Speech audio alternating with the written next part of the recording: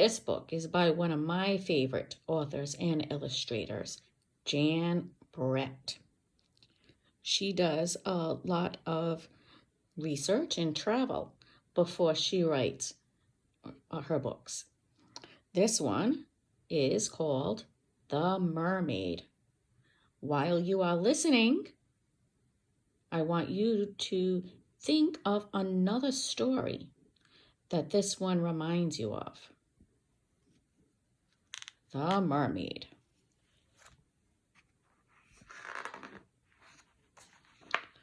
The Mermaid, written and illustrated by Jan Brett.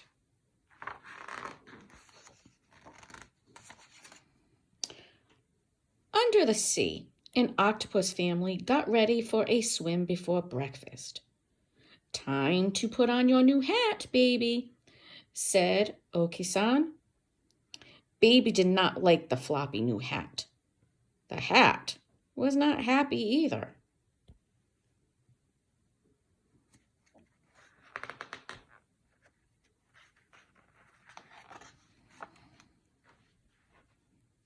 As the octopus family set off behind their house, a little mermaid spotted their front door.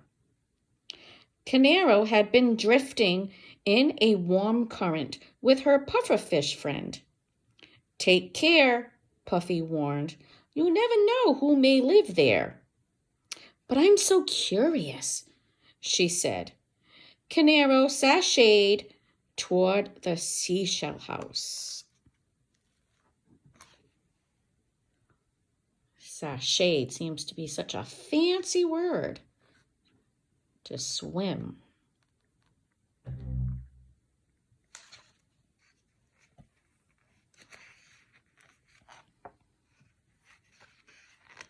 Inside, breakfast had been set out. There was a great big shell, a middle-sized shell, and a little shell. Canaro took a bite from the great big shell. "Too crunchy," she said. The little mermaid tried the tender bites in the middle-sized shell. "Too slimy," she said.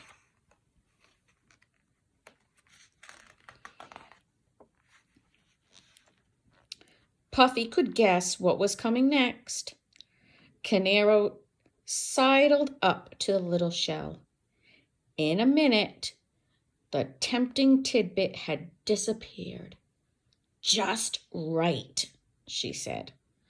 "All gone," said Puffy, as he wondered whose breakfast it really was.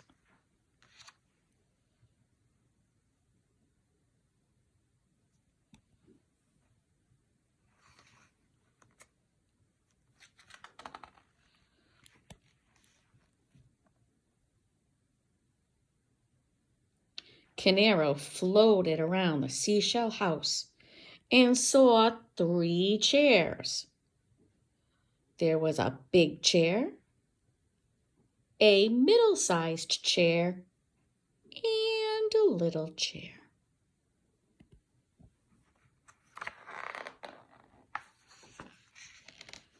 She sat down on the large coral chair. "Too many bumps," she said as she smoothed her scales.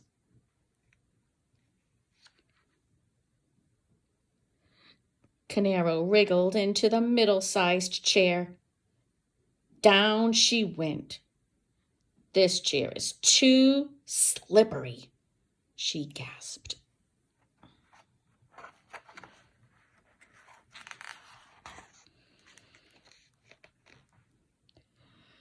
The little chair was the prettiest of all.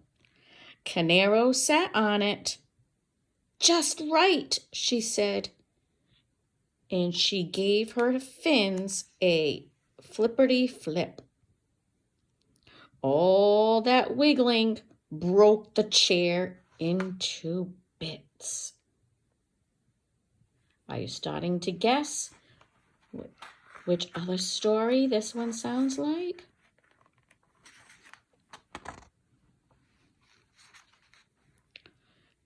Canaro was sorry about the pretty chair, but not for long, because in the next room she spotted 3 beds. She and Puffy had been swimming for hours and were ready for a nap. She swam over and settled in. "What sweet dreams we'll have," she told her friend. But someone had been eating in that bed, and there were smashed shells and crab claws all around. "This bed is too messy," she sighed.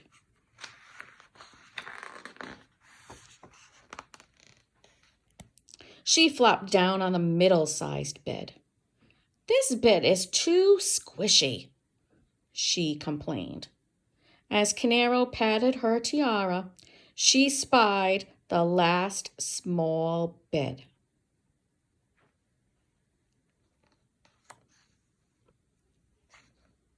It rocked like a cradle in the tide. She set her head down on a pillow star and fell sound asleep.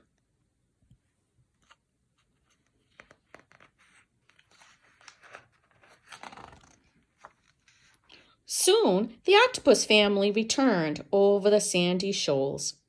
Right away, Ato-san saw his breakfast shell overturned.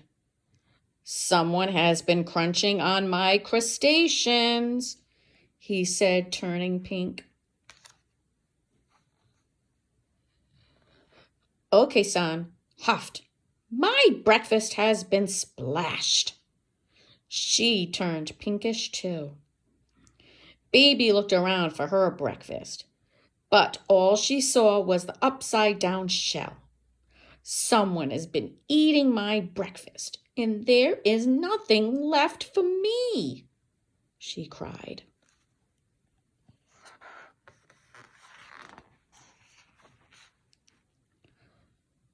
Ato-san saw that his coral chair looked different. "Someone has been sitting on my chair," he announced, now even redder. Oki-san went from pink to red when she saw her chair. "Who has been squashing my chair and scattering my teacups?" she asked. Baby saw her beautiful chair all in pieces. The hermit crabs were taking it. "My chair is going, gone," she cried.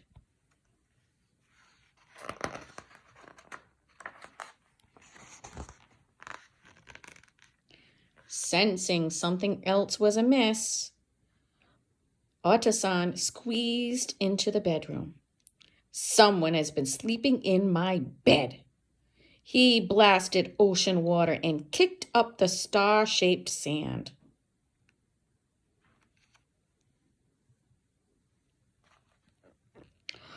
Puffy felt the ripples as Oki-san jetted toward her bed. The soft seaweed she liked to drowse in was tangled and torn. "Someone has been sleeping in my bed," she said.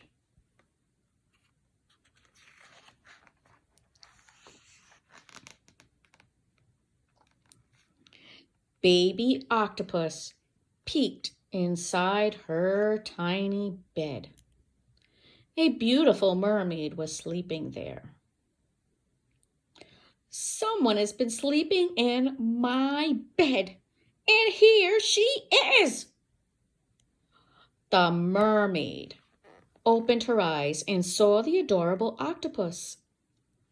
The baby's eyes were soft and sweet. Her skin was shell pink. Her graceful arms danced. But she was wearing the oddest little hat the little mermaid had ever seen. Canaro, who didn't like to see anyone unhappy, gasped. "That will not do," she thought about her tiara.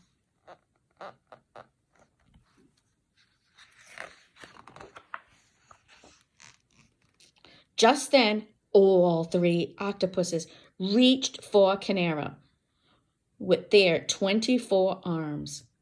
Puffy was ready. He puffed with all his might. Puffa, puffa, pokety poke, stickety stick. His sharp prickles did not let the octopuses near the little mermaid.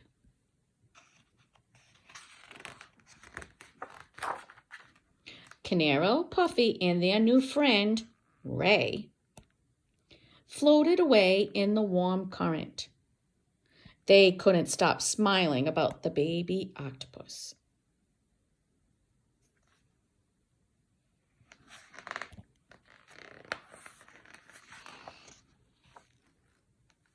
She looked radiant in her beautiful new tiara.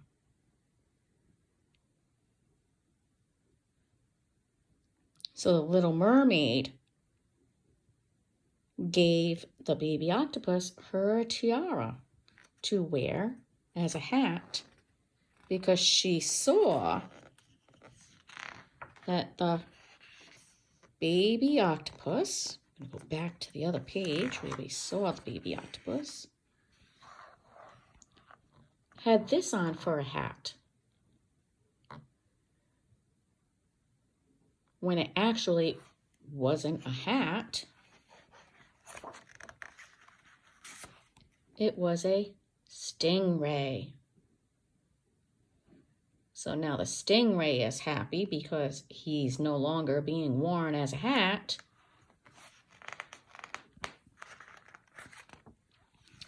And the baby octopus is happy because now she has a beautiful tiara to wear. But even so, do you think it was right or wrong of the little mermaid to go into the house? And did you guess which book this reminded me of? Goldilocks and the Three Bears. I hope you enjoyed that one.